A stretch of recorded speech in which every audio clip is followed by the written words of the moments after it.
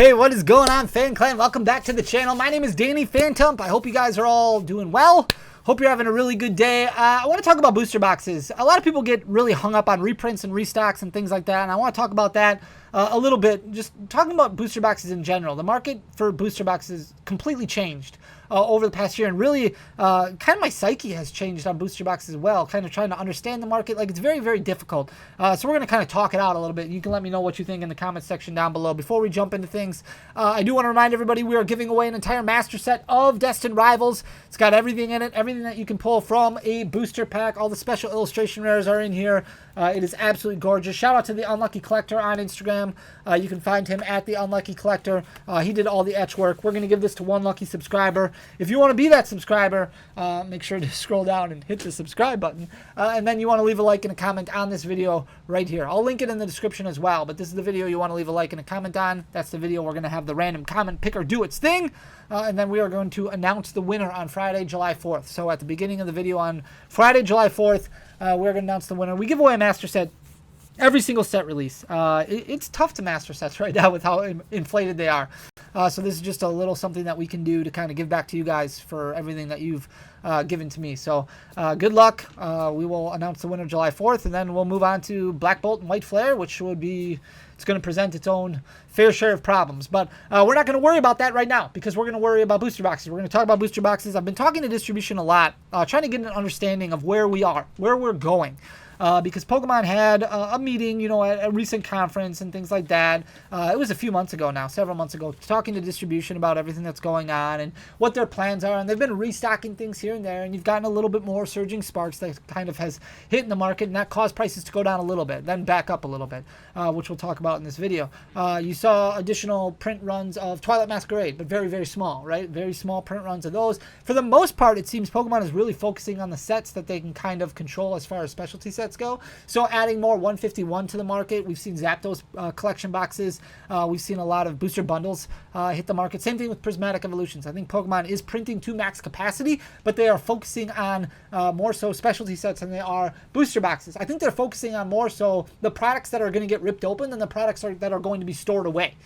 Which I think is really where a lot of their attention is going. And you see a lot more vending machines popped up, which they can kind of regulate a little bit more. A lot more product going to different big box retailers like Dick's Sporting Goods selling Pokemon cards and Ace Hardware selling Pokemon cards, and a lot of different distribution channels that they can kind of focus on regulating a little bit better, but not focus so much on selling booster boxes, the stuff that's getting stored away. They're still doing booster boxes, but it just doesn't seem like they're focusing as much on those. Instead, they're focusing more on products that are going to provide a variety of packs, or just booster packs in general, stuff that's going to get ripped open, where more singles are going to be hitting the secondary market. So talking to distribution, we do know that there's going to be a restock of Destined Rivals booster boxes, but as far as the size goes, it's not going to be much. It's not going to be a whole lot that's going to move the needle substantially. You might see a little bit of a blip like what we saw from Surging Sparks, where it drops, you know, 10-15%, but then it's just going to go right back up because that secondary market is so strong for booster boxes. And it seems more so now that nobody is really opening up booster boxes. You have a lot of people who open up booster boxes right away at the get-go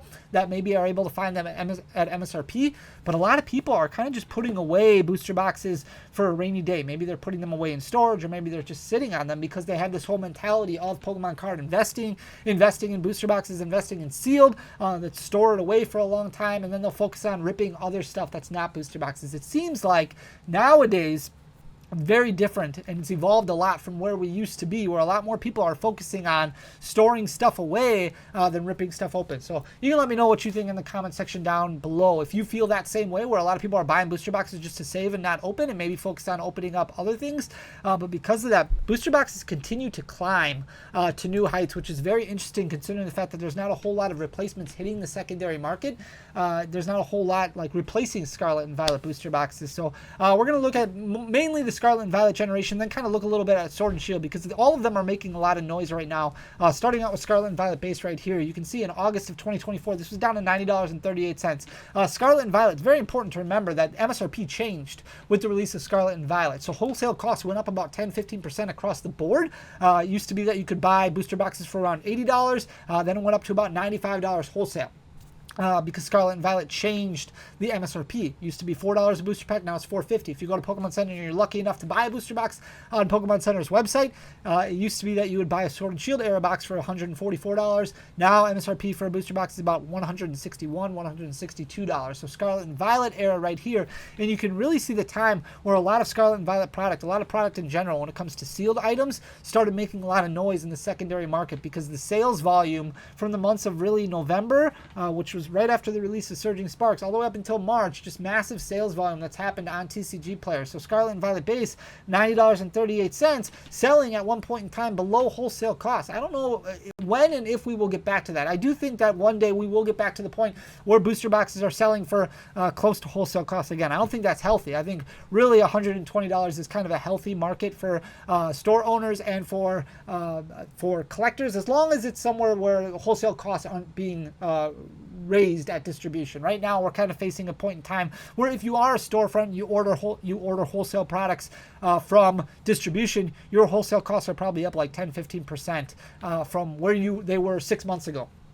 So instead of paying $95 for a booster box, you are paying for a new set release maybe $105 or $110. Then $120 doesn't really work because once you factor in shipping, but anywhere between $120, $130 in a normalized market, I think is safe for both parties. Like you're saving $30 off of MSRP as a collector, you're making about $20, $25 profit per box as a store owner. I think that's a fair margin to get to, but right now it doesn't seem to be at that point. I don't know when it's going to get back to that point until Pokemon starts meeting the demand for booster boxes. Now you can see Scarlet and Violet base, which is a set that doesn't have a whole lot in it that people are crazy about. The most expensive card in Scarlet and Violet base is what? The special illustration rare Gardevoir, which is sitting right around $35 or so. This box has jumped up 107% over the past year, sitting at $198.99. That's down from where it was. That's almost 8% down from where it was a month ago. It was sitting at $212.41. So trending down a little bit for Scarlet and Violet. Paldea Evolved kind of doing the opposite thing. This one continues to trend up. Now we did get a couple of reprints or restocks of Paldea Evolved.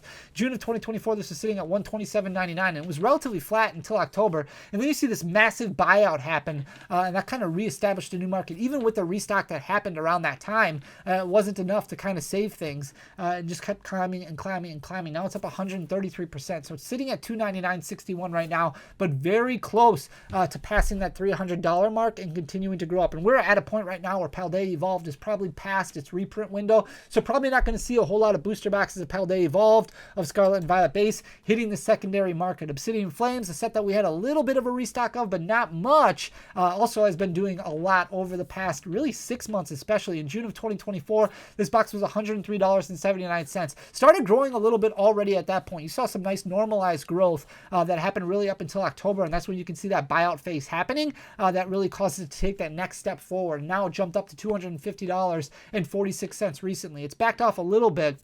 It's lost close to 10%, but it's still sitting up 127.45% over the past, year? Like, it's just crazy growth for a set like Obsidian Flames, which has easier pull rates. Your most expensive card in there is that special illustration rare Charizard, but outside of that, you have special illustration rares in the set that are basically $4 or $5 across the board. That Poppy, that Gita, even that Pidgeot only sells for about $10, $12. Even the Ice Cube, $4 or $5 on that one. The River-Vroom, $4 or $5. You have some really cool illustration rares, but it's a smaller set. So with pull rates 1 out of 12 for illustration rares, you can master an Obsidian Flames set. You can fully master the set just by opening up like 7 booster boxes, which I wouldn't recommend doing at this price point, but it wasn't that big of a deal when boxes were selling for $100 a piece. So this set selling for 127% more than where it was a year ago at this time. Also probably past the reprint window on that one. Paradox Rift, kind of the same thing. Paradox Rift, we had some decent restocks of this and a decent reprint or restock size that happened right around October, and that's why it was able to be kept relatively flat in June of 2024 all the way until October of 2024. It was going up a little bit.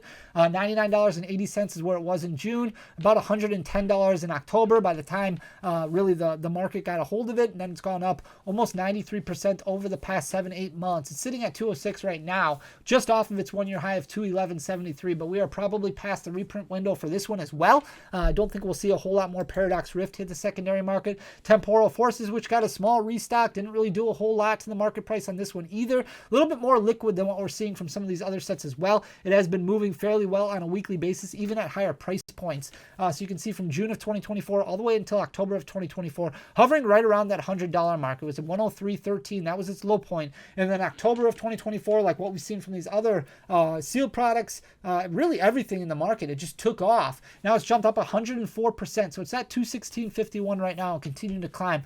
Temporal Forces is kind of on the fringe right now on whether or not you might see a restock. It really depends on what Pokemon wants to do and what their plan is. And this is a plan that they're not going to tell anybody else. If I thought based off of history what Pokemon was going to do, I would go with the assumption that they're going to reprint every set from like Temporal Forces on. There's going to be a decent amount of restock that's going to hit the secondary market.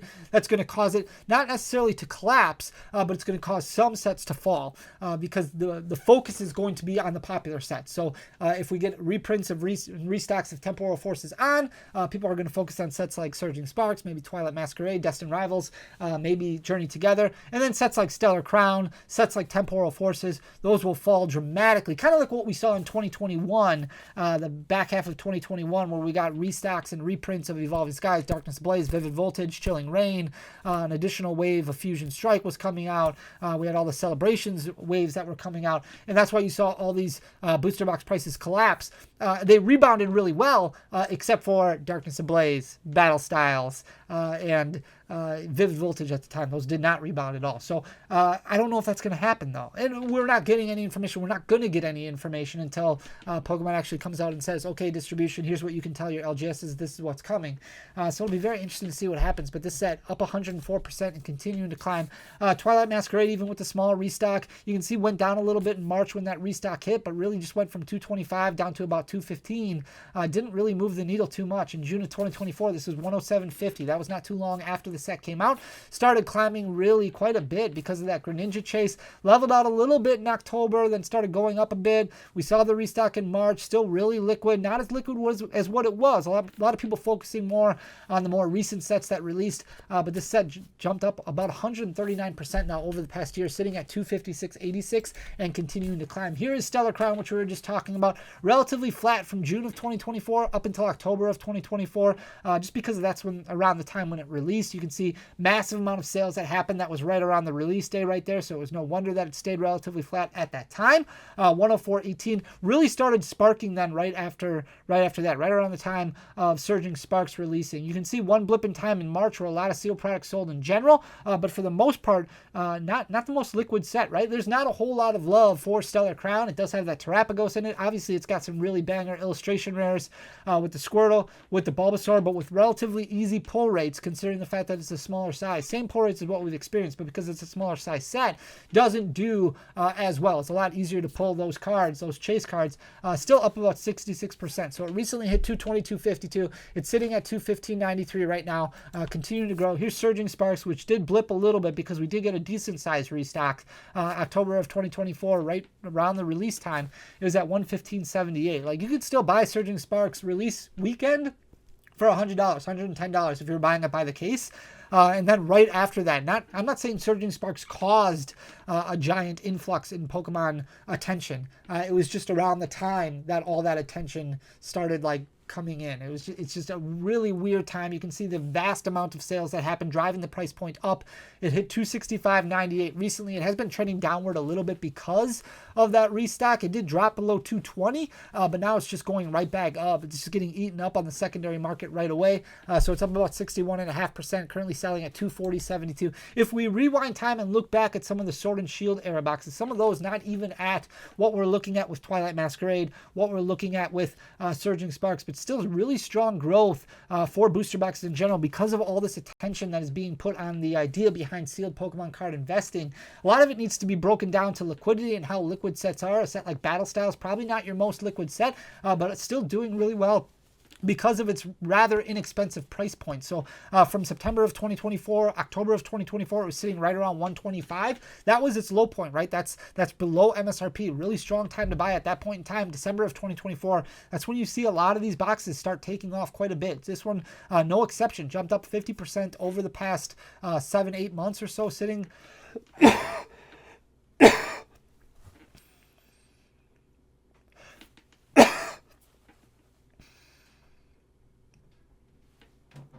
at 205.52 currently, which is just off of its one-year high of 206.75. Chilling Reign also saw a huge run over the past couple months because of the buyout of a lot of Sword and Shield era products in March. In September of 2024, it was sitting at 201.56. Jumped up quite a bit, leveled off a little bit. Then a lot of these Sword and Shield era boxes, which you'll see in a second here, got bought out at the end of March. It just went nuts. A lot of boxes that sold all of a sudden. It jumped up 86%. It hit 441.51 recently. Now it's sitting at 427.72. Fusion Strike, you can see there it is, February, March, all of a sudden out of nowhere selling 80 boxes on a daily basis as opposed to the 10 to 20 boxes that it normally sells. In December, this was sitting at 363.23, trended up in December, then leveled out a little bit. Then when it hit that date in February, beginning of March, where all of a sudden it got bought out, it started really moving up. And then in May, it took a huge climb and it's jumped up about 118%. Now it's sitting at 791.64, which is just off of its one-year high, but still having sales at that price point, just much less. So less liquid than what it was. Brilliant Stars also saw a giant amount of sales at the end of March there, probably because people were FOMOing and worried about what happened with Fusion Strike, what was happening with Evolving Skies. Relatively flat from June of 2024 all the way up until December of 2024. Then a lot of attention got put on Pokemon. Brilliant Stars booster boxes started jumping up as well. January to March, it leveled out again, and then because of what happened to Fusion Strike, because of what happened to Evolving Skies, people probably freaked out a little bit, bought more Brilliant Stars, more Astral Radiance, because those were cheaper price points, and then all of a sudden, you see Brilliant Stars booster boxes jump up 128%. So sitting at 414.35 right now, just off of its one-year high of 435.79.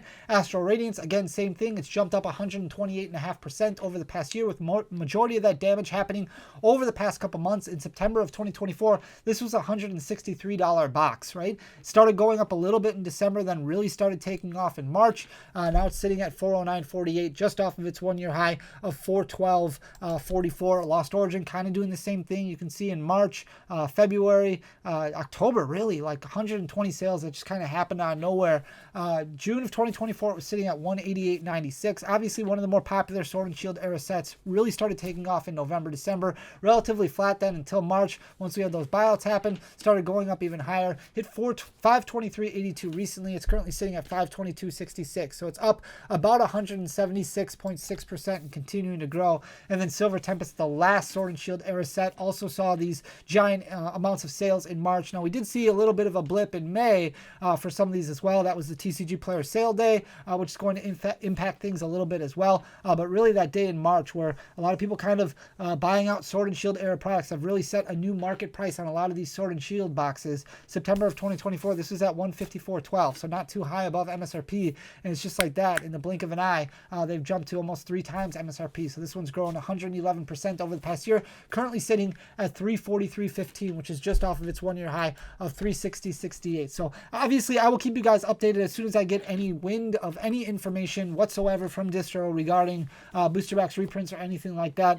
The key is to be patient. Like, obviously you want to be patient. If you don't get booster boxes, you don't get booster boxes. There's plenty of other products that are coming out. I think Pokemon is really focusing on those ancillary products right now, putting more packs out there so more people can rip products and enjoy Pokemon the way they want Pokemon to be enjoyed.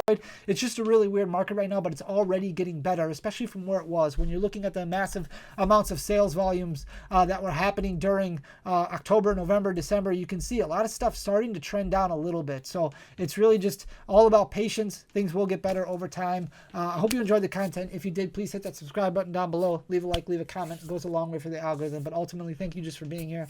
I love you guys. I'll talk to you again soon. Till next time. Peace.